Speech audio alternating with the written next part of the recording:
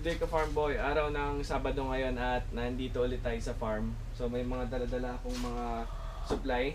Magdadagdag ako ng drum ngayon dito sa farm kasi kulang na yung dalawang drum ay ng tubig. Okay.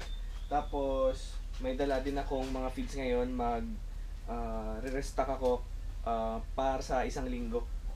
Ayan, samahan nyo ako.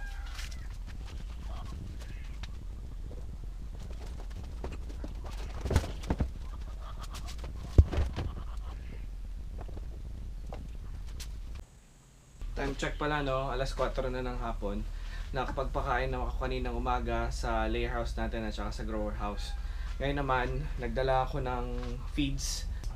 Itong mga feeds na to, nilalagay ko sila sa ganitong drum.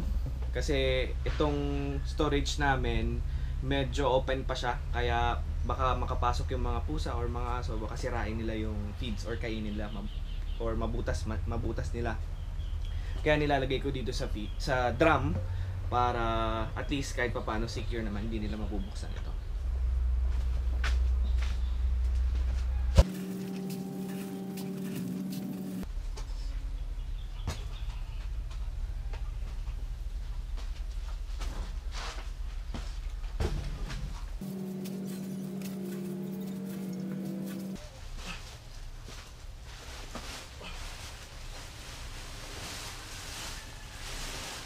Ito nga pala ka farm boy yung gamit kong layer feeds, no?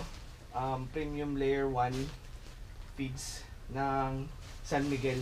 Doon sa layer feeds natin ngayon, ang ililipat ko naman yung pang grower naman natin.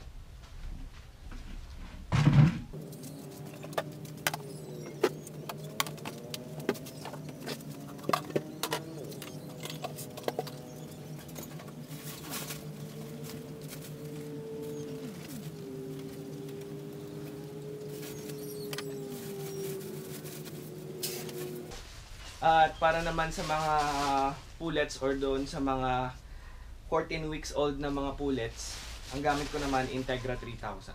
Mga ka-farm boy, tapos na tayo maglipat ng feeds dito sa mga drum. Ngayon naman magpapakain na tayo ng mga manok natin. Uunahin ko muna yung nasa grower house, tapos susunod na yung doon sa layer house. Diretso ko na rin kukunin yung mga itlog nila.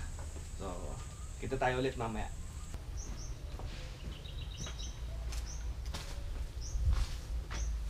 So, ayun na ka-farm boy, no, nakapagpakain na tayo sa grower house tsaka sa layer house. Nakakuha na tayo ng itlog ngayon at naka 105 eggs tayo ngayon out of 123. Medyo bumaba nga talaga yung production ngayon dahil sa init ng panahon. Kaya napaka-importante na magbibigay tayo sa kanila ng supplements katulad ng dextrose powder o kaya ng electrolytes. Ayan. So, yun lang muna ka-farm boy, hanggang sa susunod na video ulit.